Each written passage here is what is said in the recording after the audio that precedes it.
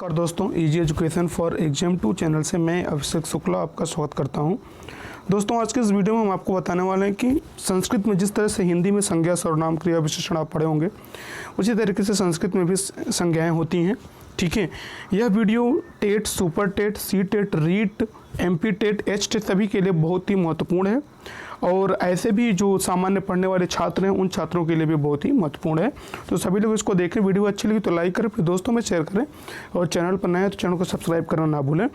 अगर इस वीडियो को देखने के बाद आपके मन में कोई भी शंका या संदेह रह जाता है तो आप ज़रूर बताएं मुझे कमेंट करके, मैं आपकी समस्या का समाधान करने का पूरा प्रयास करूँगा। ठीक है, उसके बाद ऐसे ही और भी वीडियो अगर आप देखना चाहते हैं तो हमारे चैनल के प्लेलिस्ट में जाकर के आप वहाँ से सारी वीडियो देख सकते हैं और आप हमारे टेलीग्राम चैनल से भी जुड़ सकते हैं, जिसका लिंक मैं आपको वीडियो के डिस्क्रिप्शन में दे दूंगा। ठीक है, तो आइए हम अपनी वीडियो शुरू करते हैं।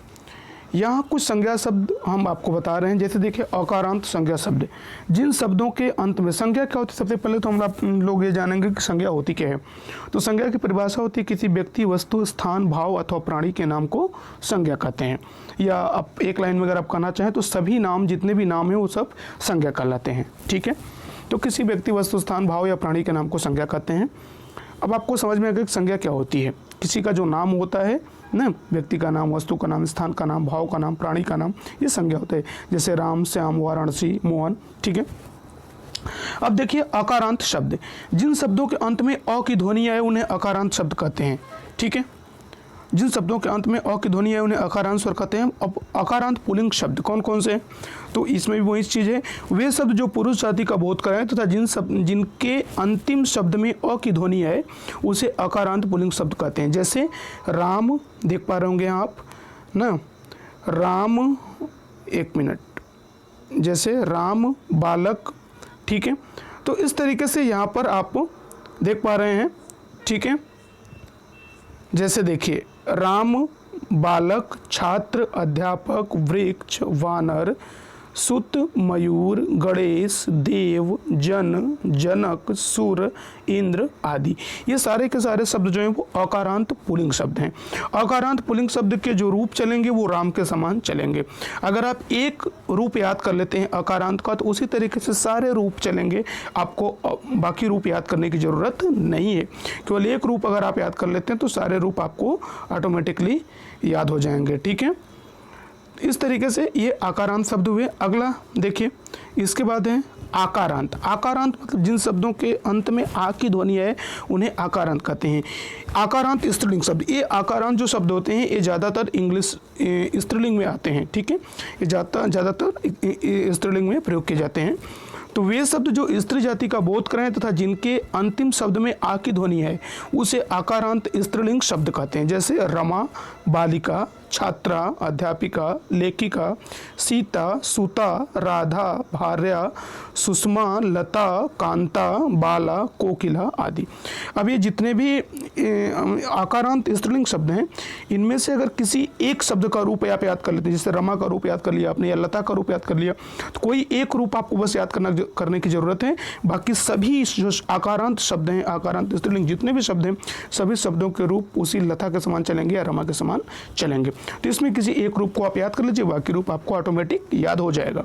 ठीक है, उसके बाद देखिए इकारांत शब्दों के अंत में, तो जिन शब्दों के अंत में ई की ध्वनि है उन्हें इकारांत कहते हैं। ठीक है, इकारांत शब्द, अब इकारांत स्वर तीनों लिंगों में होते हैं, जैसे पुल्लिंग, स्त्रीलिंग, नपुंसकलिंग। संस्कृत में 3 लिंग होते हैं, 3 वचन होते हैं और 3 पुरुष होते हैं।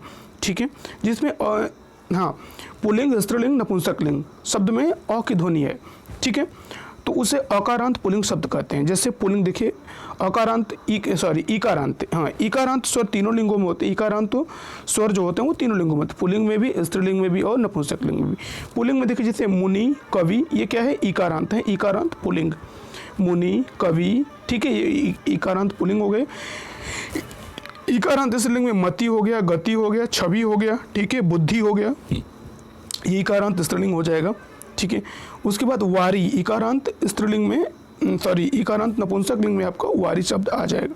ठीक है, तो इसमें भी आप किसी एक शब्द को शब्द का शब्द रूप, जैसे इकारांत पुल्लिंग याद करना है तो इकारांत पुल्लिंग में मुनि का रूप याद कर लीजिए। उसके बाद जितने भी रूप हैं सब मुनि के समान चलेंगे। इकारांत स्त्रीलिंग का रूप याद करना है, स्त्रीलिंग है तो उसका मति का कोई एक रूप याद कर लीजिए। उसके बाद सारे के सारे इकारांत स्त्रीलिंग शब्द मति के समान चलेंगे। नपुंसक लिंग में याद करना है तो वारी का याद कर लीजिए। उसके बाद सारे के सारे जो शब्द हैं वो वारी के समान चलेंगे, ठीक है। उसके बाद देखिए अगला है इकारांत शब्द। जिन शब्दों के अंत में ई की ध्वनि है उन्हें इकारांत, इकारांत ईकारांत। तो जैसे देखिए नदी, सती, जननी, भवानी, लेखनी, सखी, गोपी, पुरी, देवी, रागी, कमलिनी आदि, ठीक है। तो अब यहाँ पर देखिए जैसे नदी है, नदी जो है वो इकारांत, ये बड़ी ई की इसमें मात्रा देख पा रहे होंगे आप, लगी होगी बड़ी ई की मात्रा। तो नदी का रूप अगर आप याद कर लेते हो तो इकारांत जितने शब्द हैं वो सारे के सारे शब्द रूप आपको ऑटोमेटिक याद हो जाएंगे, क्योंकि सभी जो शब्द रूप हैं वो नदी के समान ही चलेंगे। तो संस्कृत में केवल आपको 4-5 कुल मिलाकर अगर चार ये कहें कि हम 4-5 शब्द रूप आप याद कर लें ना, तो लगभग सब आपको याद हो जाते हैं, ठीक है। उसके बाद देखिए उकारांत शब्द रूप। जिन शब्दों के अंत में ऊ की ध्वनि है उन्हें उकारांत कहते हैं।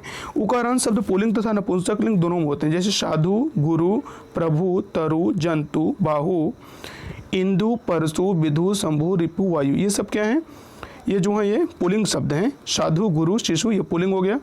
उकारांत नपुंसक लिंग में आ जाएगा आपका आ जाएगा मधु, ठीक है। तो इस तरीके से आप किसी एक रूप याद को, जैसे गुरु को आप याद कर लिया, गुरु को आपने याद कर लिया गुरु का शब्द रूप, तो उसी तरीके से साधु का भी चलेगा, प्रभु का भी चलेगा, तरु का भी चलेगा, जंतु का भी चलेगा, ठीक है। तो इसको हम उकारांत बोलते हैं, जिनके अंत में ऊ की ध्वनि है, ठीक है। उसके बाद है उकारांत। अब बड़ा उकारांत, ऊ दो तरह के होते हैं, अभी आपको हमने छोटा ऊ वाला बताया, बड़ा ऊ। तो जिन शब्दों के अंत में ऊ की ध्वनि है, बड़े ऊ की ध्वनि है, उन्हें उकारांत, जैसे वधु, शमश्रु, चमू, जम्बू, ठीक है, आप देख पा रहे होंगे यहाँ पर ना। तो इस तरीके से तो इनको हम उकारांत बोलेंगे, ठीक है। उसके बाद देखिए अगला है ऋकारांत पुल्लिंग शब्द। जिन शब्दों में री की मात्रा लगी हो उन्हें ऋकारांत पुल्लिंग शब्द कहते हैं, जैसे पितृ, जमात्री, भातृ, सब में देखिए री की मात्रा लगी हुई है नीचे। ये री की मात्रा इस तरीके से नीचे होती है, इस तरीके से त में भी लगी हुई है, यहाँ भी त में, यहाँ पर भी त में लगी हुई है। तो ये जो है ये ऋकारांत शब्द हैं, क्योंकि इनमें री की मात्रा लगी हुई है और उनका जो अंतिम ध्वनि है, इनके स्वर में जो अंतिम ध्वनि आ रही है वो री की आ रही है, ठीक है। इकारांत स्त्रीलिंग शब्द। जिन शब्दों में री की मात्रा लगी हो तथा स्त्री जाति का बोध कराएं उन्हें इकारांत स्त्रीलिंग शब्द कहते हैं, जैसे मातृ, स्वस्त्री आदि, ठीक है। तो इनको हम इकारांत स्त्रीलिंग बोलेंगे। यहाँ पर दोस्तों मैं आपको बता रहा हूँ कि इकारांत पुल्लिंग क्या होते हैं, स्त्रीलिंग क्या होते हैं, नपुंसक लिंग क्या होते हैं, कैसे आप पहचानेंगे, इसकी पहचान करना मुख्य रूप से मैं आपको यहाँ पे बता रहा हूँ। इसके बाद इनके रूप कैसे चलते हैं वो भी मैं आगे आपको बताऊँगा। तो वीडियो को आप पूरा देखें, वीडियो में बने रहें, ठीक है। यह वीडियो रीड के लिए भी बहुत ही उपयोगी है ना। उसके बाद देखिए अकारांत नपुंसक लिंग शब्द। वे शब्द जो पुरुष जाति तथा स्त्री जाति को छोड़कर किसी अन्य जाति या निर्जीव वस्तुओं का बोध कराएं तथा जिनके अंतिम शब्द में अध्वनि है उसे अकारांत नपुंसक लिंग शब्द कहते हैं, जैसे फल, जल, पुष्प, पुस्तक, नगर, गृह, मित्र आदि, ठीक है। उसके बाद देखिए शब्द रूप, पुल्लिंग शब्द रूप। राम, राम देखिए जो है ये अकारांत है, ठीक है। रामा, रामो, रामा। अब इसमें देखिए हमने यहाँ पे एक प्रत्यय आसानी के लिए लिख दिया है कि आप ये प्रत्यय जोड़ते चले जाएंगे, रूप बनता चले, जैसे अह, औ, आ, अम, औ, आन, एड़, आभ्याम, ए। अब राम है तो राम शब्द में आप जब ये अह प्रत्यय जोड़ देंगे, इसको अह जोड़ देंगे तो शब्द क्या बन जाएगा, रामा बन जाएगा, ठीक है, इस तरीके से। तो इस तरीके से अब हमने शब्द रूप बनाने के आपको प्रत्यय दिए हैं। आपको अगर इजी लगता है तो इसको आप याद कर सकते हैं, याद कर लें, और नहीं तो आप राम का रूप याद कर लीजिए। राम का रूप याद कर लेते हैं, उसी के समान सब कुछ चलेंगे, ठीक है। तो ये है आपका प्रत्यय। उसके बाद रमा शब्द का रूप ना, रमा में आ, ए, आ, आम, ए, आ, अया, आभ्याम, आभि, अय, आभ्याम, आभ्य, आया, आभ्याम, आभ्य, आया, अयो, आड़ाम, आयाम, अयो, आसु, हे अमे, हे अमा। इस तरीके से यहाँ पे हमने कुछ प्रत्यय देने का प्रयास किया है। देखिए उसके बाद नपुंसक लिंग शब्द, फल शब्द का फलम फले फलानी, फलम फले फलानी। तो प्रत्यय क्या निकल रहा है कि अलम अले अलानी, अलम अले अलानी, अलेन अलाभ्याम, अय, आय अलाभ्याम, एभ्य, आहत आभ्याम, एभ्य, अस, अयो, आड़ाम, आमे, आयो, आमे, आमयो, आमेसु, हे अल, हे अले, हे अला। तो इस तरीके से आप इसको चाहें तो लिख भी सकते हैं, याद कर सकते हैं अपने हिसाब से। अदरवाइज आप इसका रूप याद कर लें तो और भी अच्छा रहेगा, ठीक है। स्त्रीलिंग शब्द, स्त्रीलिंग शब्द में जैसे देखिए नदी का है ना, तो दी देव द नदी नद्यो नद्या नदीम नद्यो नदी नद्या नदीभ्याम नदीभि नद्या नदीभ्याम नदीभ्य नद्या नदीभ्याम नदीभि नद्या नद्यो नदी नाम नद्याम नद्यो नदी। इस तरीके से आप नदी का शब्द रूप याद कर सकते हैं, या फिर ये जो प्रत्यय है इसको भी आप याद कर लें। ठीक है, उसके बाद देखिए ऋकारांत शब्द जो पितृ है, पितृ जो है वो ऋकारांत पुल्लिंग है।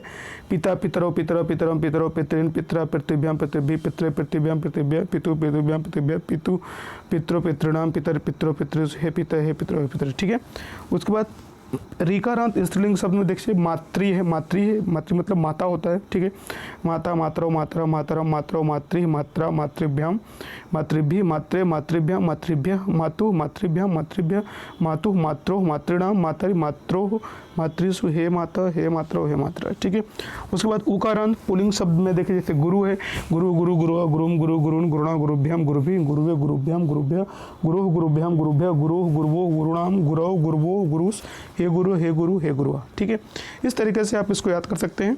तो उम्मीद करते हैं वीडियो आपको अच्छी लगी होगी। ठीक है, तो एक बार फिर आपसे कहेंगे अगर आप इस चैनल पर नए हैं तो चैनल को सब्सक्राइब करना ना भूलें। वीडियो अच्छी लगी तो लाइक कर अपने दोस्तों में शेयर करना, चैनल पर नए हैं तो चैनल को सब्सक्राइब करना ना भूलें। तो आज के लिए इतना ही, मिलते हैं अगली वीडियो में। जय हिंद जय भारत।